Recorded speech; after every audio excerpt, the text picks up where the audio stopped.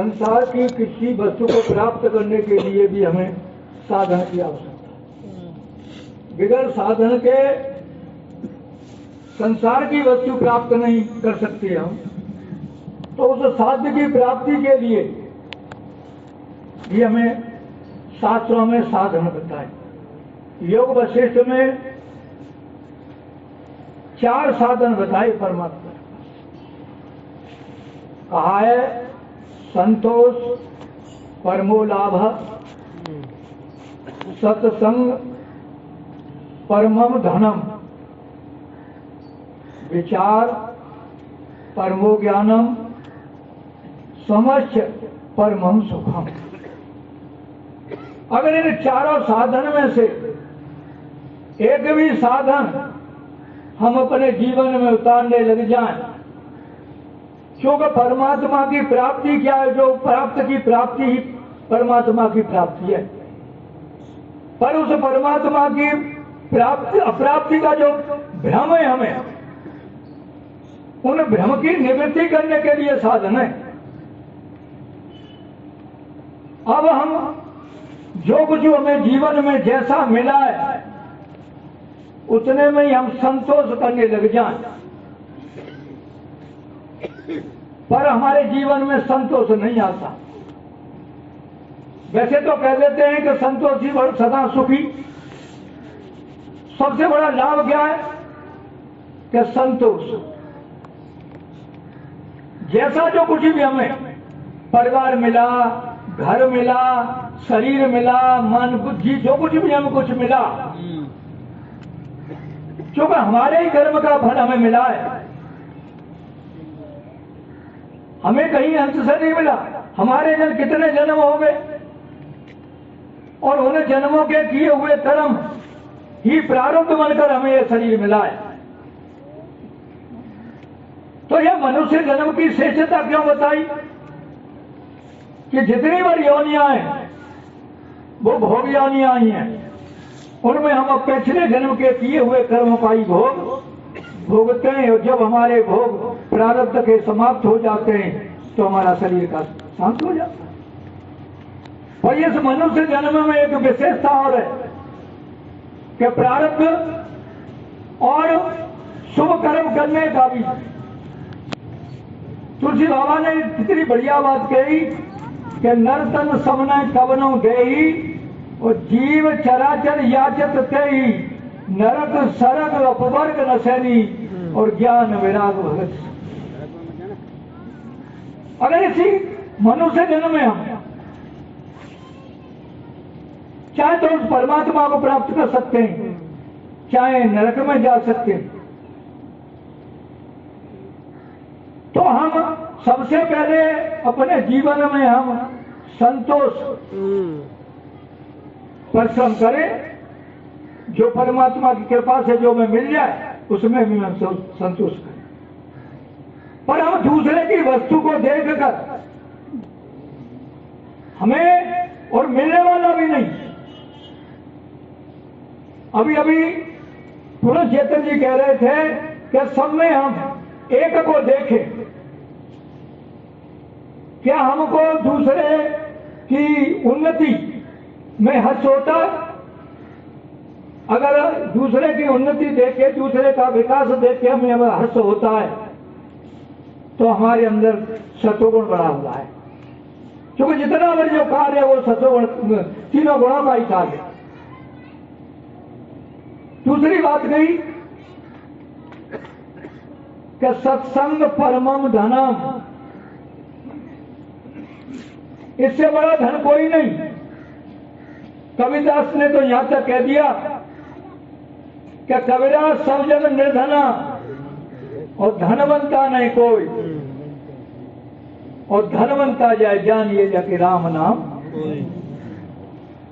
सत्संग, अच्छा सत्य क्या है? जो सदा एक रस रहे, किसी में कोई बिल्कुल परिवर्तन न हो, एक रस बना रहे। गीता में भगवान ने कह रहे कि नास्तो विद्यते भावो न भावो विद्यते सत्य। असत्य की सत्ता नहीं, असत्य का कभी अभाव नहीं। अब हम विचार करें अपना अपने, या विचार करें कि हमारा ऐसे से संग है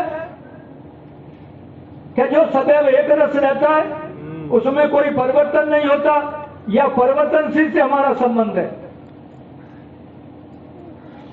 देखो ये शरीर, संसार, जितनी भी जो वस्तुएं, ये परिवर्तनशील है, प्रतिक्षण बदल रही है।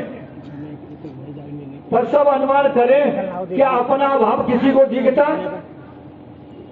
आप अपने को कभी कहते हो मैं जागृत में हूं, स्वप्न में नहीं, स्वप्न में हूं तो सुसुप्ति में नहीं। क्या तुम अपना कभी अभाव देखते हो? तुम्हारा कभी अभाव नहीं होता। पर जिसे अपना मान लेते हो उसका कभी भाव नहीं रहता। जो जागृत में जो स्वप्न में नहीं रहता, और जो स्वप्न और जागृत में वो सुसुप्ति में नहीं रहता, मूर्छा में नहीं रहता। पर तुम रहते हो, तुम्हारा कभी अभाव नहीं होता।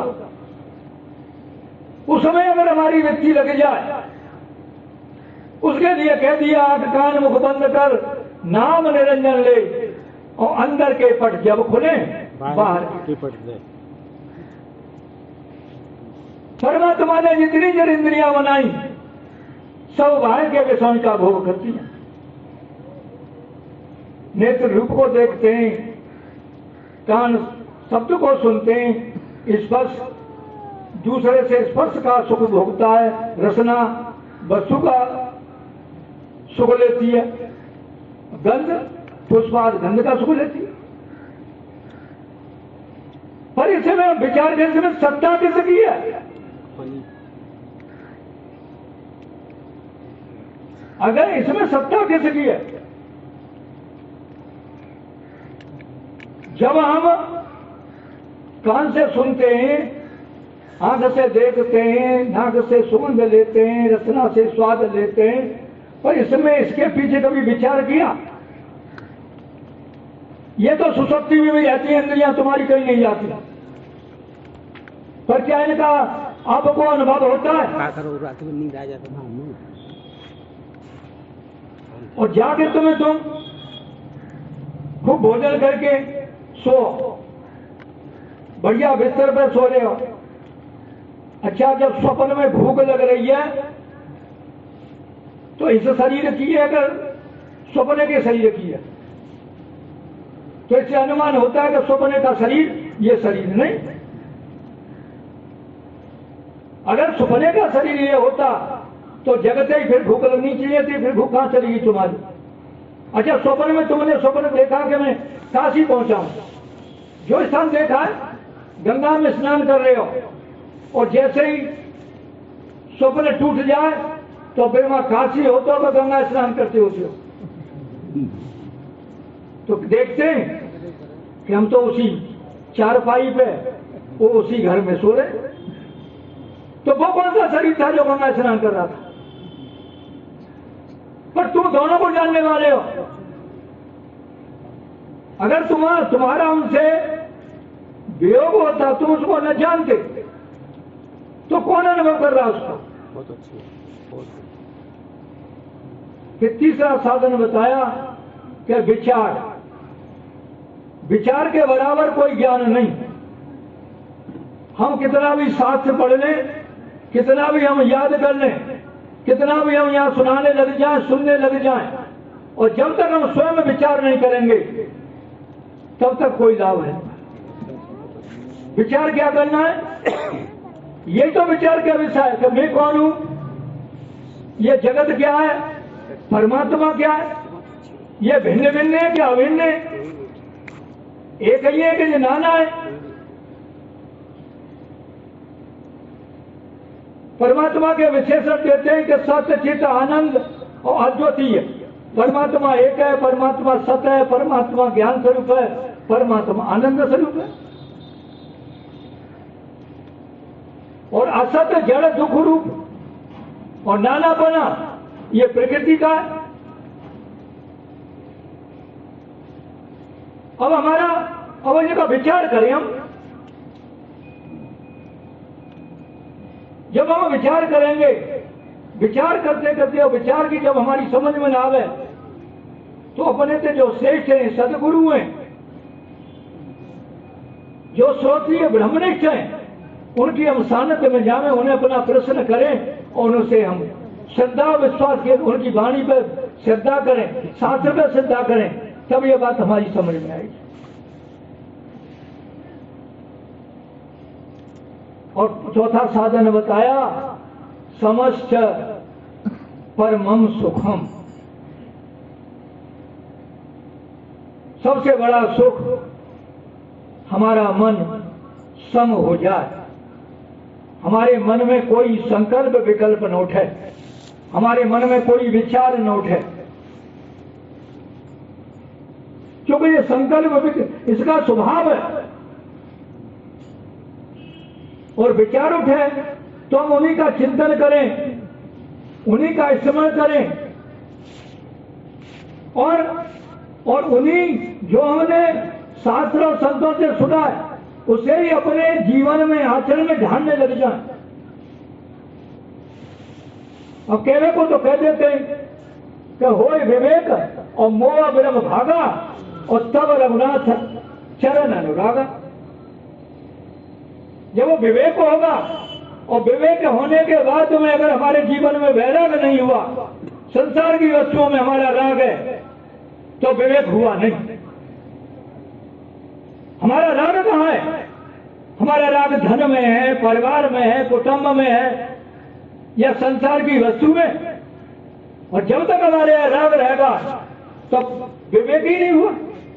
विवेक ही पूर्णता है कि हमें संसार के जो विषयान भोग हैं, कौवा की भ्रष्टा के समान लगने लग जाए, उनकी ओर हमारा राग न हो तो हमारा विवेक है। और जब तक हमारा राग संसार की वस्तुओं में, संसार से हमारा राग है, तो कहने को हम कितना भी कह लें, हमें विवेक हुआ नहीं। जब तक हम साधन की पूर्णता जभी तक है कि जब एक साधन के बाद में हमारा दूसरा साधन में हम लगे जाए, हमारा दूसरा साधन जब तक। और राग, हमारा राग इसी में लगा हुआ है, हमारा राग मान में, अपमान में। हमारा कोई मान करे, अपमान करे। तुलसी बाबा ने तो न्याय तक कह दिया कि ज्ञान मान जा एक नाई, देख है ब्रह्म समान जगमाई, सुनो तात सोई परम विरागी, और तृण संसिद्ध तीन मूर्तियां। और तो गुणातीत की बात नहीं। जैसे तो हम यह विचार ही करें कि हमें सतोगुण कितना है, रजोगुण कितना है, कहीं तमोगुण तो नहीं। जब हमें तमोगुण है तो हम रजोगुण के द्वारा तमोगुण को दबावें, और जब रजोगुण में है तो सतोगुण के द्वारा रजोगुण को दबावें। और जब हमें सतोगुण आवे तो सतोगुण आवे तब ये सत्संग की चर्चा, संतों की बात तब हमें अच्छी लगेगी, और जो उसको भी त्यागना है। मां तो तुलसी बाबा तो कहती है ये तो गुणातीत की बात है। तो उनकी जो हम सुनते हैं और कहते हैं, असली बात तो ये हम कहते तो बहुत ऊंची बात है, पर जनता तो हमारी बात को देखना चाहती है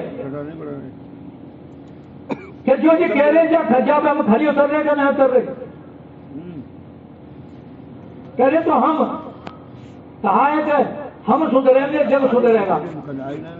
पहले हम खूब विचार करें कहीं हमारा संसार में राग है तो हमें विवेक वैराग नहीं। और सबसे पहले तो ये विवेक वैराग है, हम तो अपने के लिए कह रहे हैं, इन्हें हो चाहे हो, पर इन्हें लाल वस्त्र रंग के और घर छोड़ के चल दें, इन्हें तो होना चाहिए। बहुत सच्चिदानंद भगवान।